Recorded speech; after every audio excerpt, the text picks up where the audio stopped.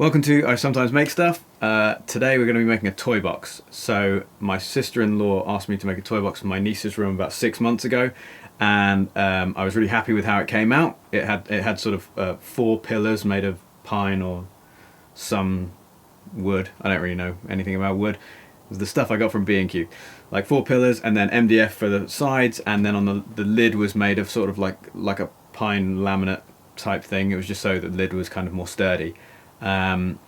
So I've just been asked by my other sister-in-law to make a toy box, and yeah, I thought I'd make a different design. So I did the same thing as I did last time. I just googled toy box and I looked at the image results and the shopping results and sort of had a look for a design that I kind of A, liked the look of, and B, thought that was sort of doable with the tools that I have.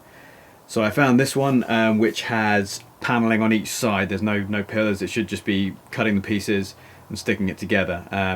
Kind of looks quite nice, and I think I can do a good job of it. So first things first, I'm going to make it out of MDF because it's easy to work with, and I think it'll just suit the project's needs. It doesn't need to be any. I don't need to make any fancy paneling. I just want some wood sides and lid and base. So first things first, I'm going to go to B&Q and get some wood. Okay, so I've got some wood.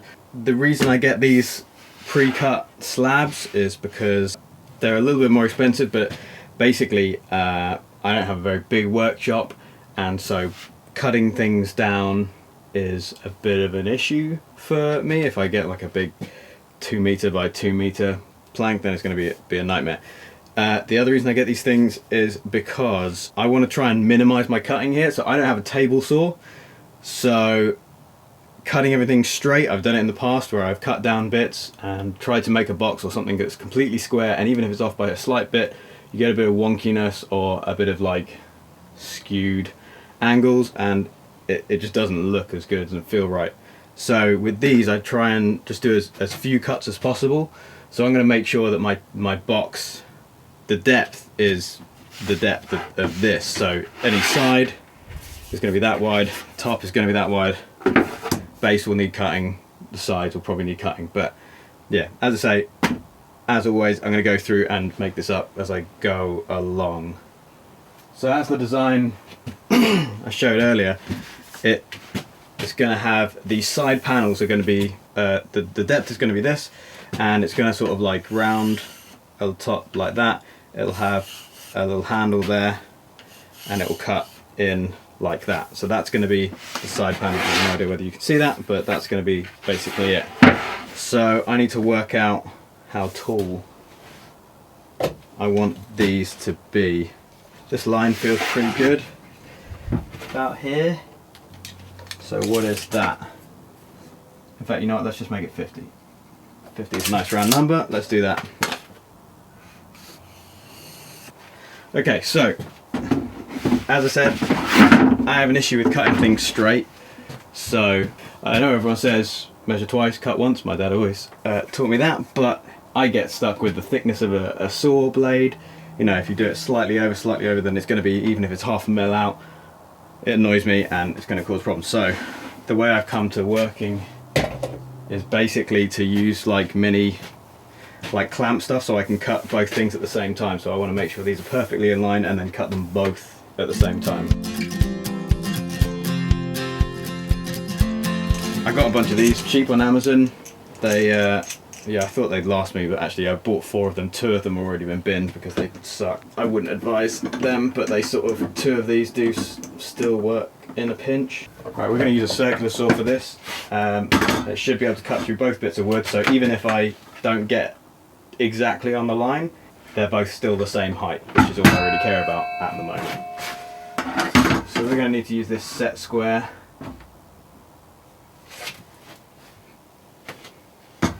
Okay, so I have to come up with ways to make sure I get a straight cut. I'm sure there's easier ways out there, but that's, you know, this is how I'm going to do it. Okay, so now we have 2 equally cut square-ish. It's pretty good. So these are my 2 side panels. So first of all, I'm going to make these little feet. So just do a cutaway here to do feet, and I want to make sure it's exact because later I'm going to have to, when I'm gluing the side pieces on, I need that to be the same amount raised. So I'm going to use something to work out the height of that. We can use that as the guide. So, as I said, now we know that these are straight, this is straight, this, even if it's not straight, it's fine, it's the top. So, we've got our line now for both. So we need to work out how wide our feet are going to come in. I reckon 7 centimeters. Yeah, I guess that works for me. Oh, except this one's 7. This is where you measure twice. Okay, so we have, I've marked out where I want to cut away for these feet. So I've got the jigsaw, I have my mask now, which was upstairs, and it's super dusty.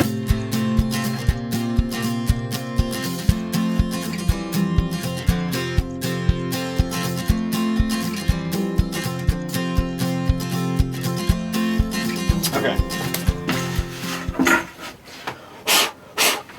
So we want to do this cutaway for the handle. The lid is going to be slightly lower than this top bit, so we want the handle to be around, yeah, around here, I guess. Doesn't really matter, but let's go with 13. We need to find, I guess, the center point. So we want a hand sized hole, so I guess that's like 10 centimeters. That's maybe a bit tight, but you can always do 10 centimeters across. And height, I guess, let's do the height based on what I have to cut the hole.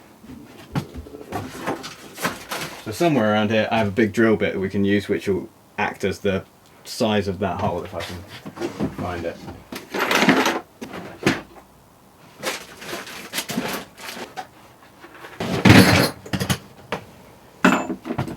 Okay, so this is my big drill bit I used for my squat rack, and it's like 35 mil. Does this even fit?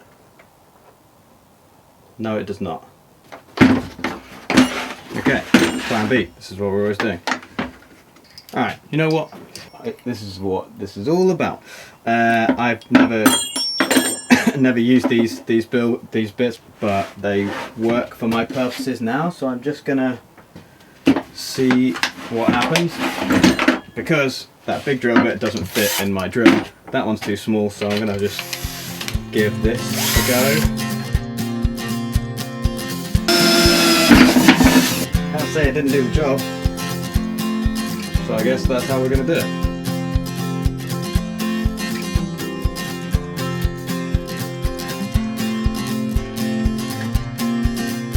Okay, so this is my handhold. Looks like it's going to work. Probably a bit bigger than it needs to be, but that's fine. We now need to work out what our side panels are going to look like. So, I thought we had a problem there, but we don't. This is kind of the issue with working things out as you go along. But it's not the end of the world because there's always a fix. So, I want the front and back panels to start at the same height as this, so when it's connected around there, it's like, looks like these are feet. So we've got quite a big top, but we'll also have the lid that will fold back and sit on top. So actually we've only got 5 centimeters of lid at the top, so that's acceptable. That's fine for me. The only requirement I had for this, for the width of the box, was 34 inches. Let me check that. Yep, 34 inches. 34 inches for a start is 86-ish. 86-ish. These are about 4 centimeters wide. What did I say? 86? Yeah, so I've got 82 front-wise is my max. So actually the width of these panels is 81. So pretty sure that is actually as exact as it could have been. I don't need to cut these front and back panels at all. I'm going to use my router with the rounded bit to basically soften round all these edges. No. There's one thing I forgot. Okay, so on my front piece where the lid closes, I want it basically to dip down because it will be easier to grab onto and it will stop, hopefully limit kids getting fingers trapped in the closing door. Again, I think just make it up. 4 centimeters seems like a good enough dip. I guess it wants to be like around there, so what we want to cut is all that.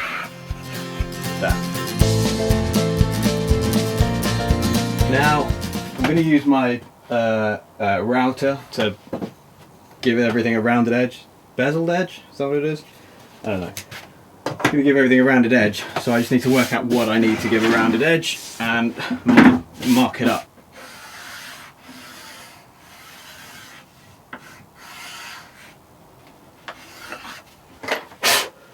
So I'm going to use this bit here on the router, which will create a rounded edge.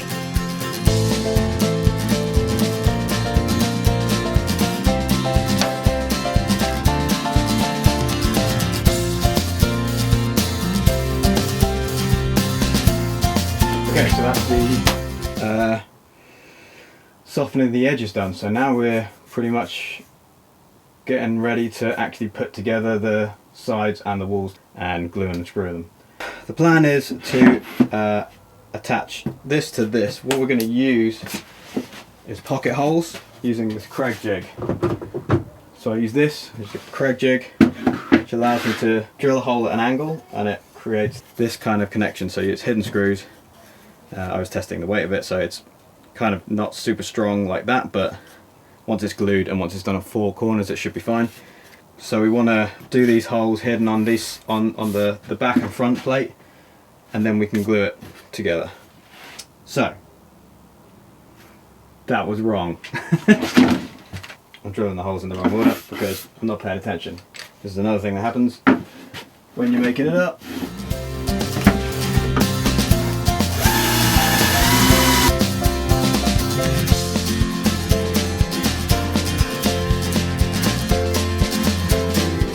So now comes the tricky bit that I will probably screw up. I have my spacers here, so these are my like risers. These are my 4 risers. They're just bits of like cladding or something that I have left over from another project.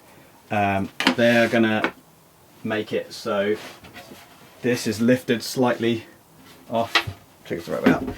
Slightly off the table, but equally in all 4 spaces, in all areas.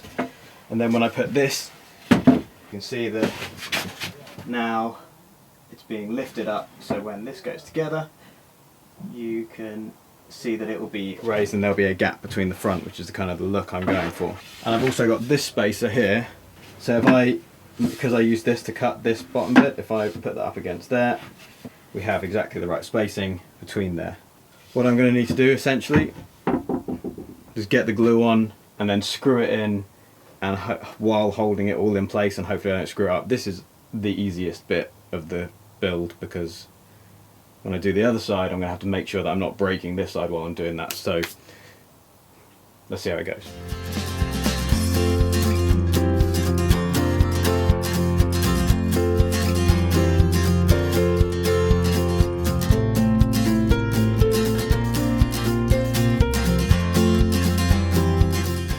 Okay, so what we need to do now is the same but on the other side, which is going to be a bit more tricky.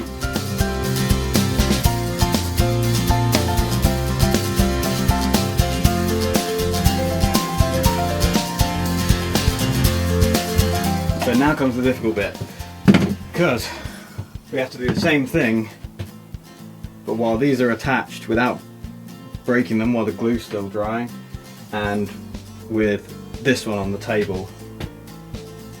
Don't actually even know how we're going to do that, but let's start by getting this done.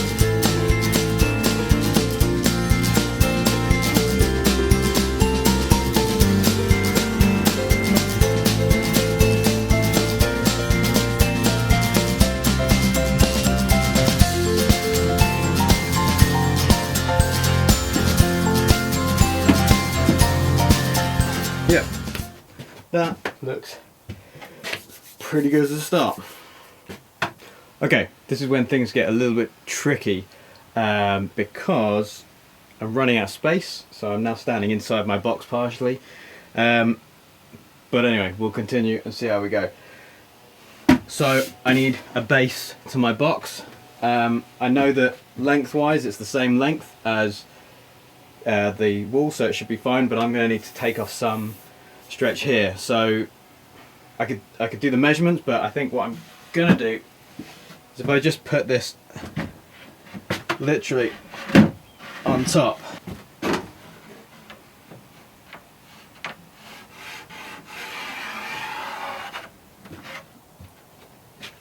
So I don't think I have a line that's long enough to, actually, no, you know what? I can use this as a way of keeping it straight. So again, I'm trying to get a bit inventive here with how I'm actually going to cut a straight line. I think I can use my circular saw. I just need this to act as a guide. So one last issue I have is that the base of the unit is quite long, so I'm worried about it sort of like bowing or there being any undue stress on the middle parts of it when you start loading toys in. So I'm going to put like a support beam over the middle just to make it more sturdy over the bottom. And I'm going to use a piece of scrap wood. Okay, so I've got this bit of wood here from, I think it's from a pallet that I've already like planed down and sanded somewhat. I don't know, I reckon it'll work.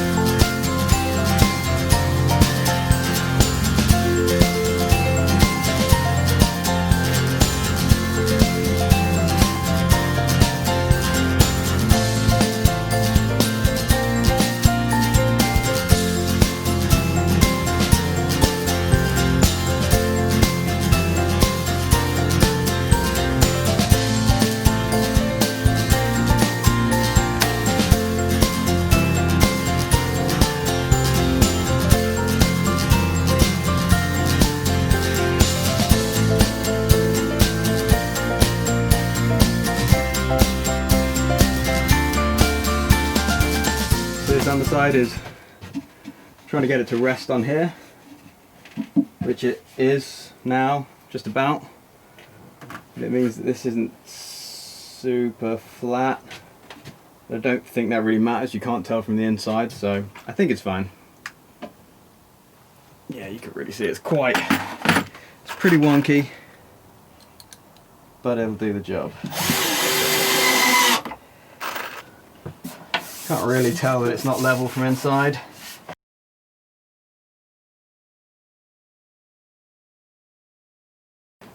But that is the basis of our toy box. Thanks for watching, guys. There'll be a link in the description to part 2. Please like and subscribe to the channel, and yeah, thanks for watching.